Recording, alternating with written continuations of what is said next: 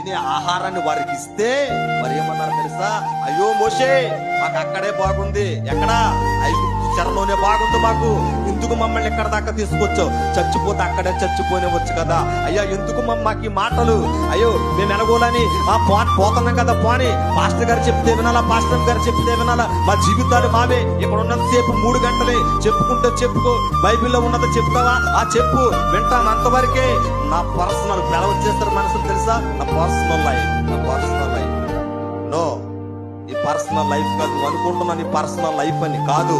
దేవుడు ఈ భూమి మీదకి నిన్ను పుట్టించాడంటే, తల్లి గర్భములో పిండముగా నిన్ను సృష్టించి లోకానికి తీసుకొచ్చాడంటే నీతో దేవునికి ఒక పని ఉంది, నీతో ఒక దేవునికి పని ఉంది.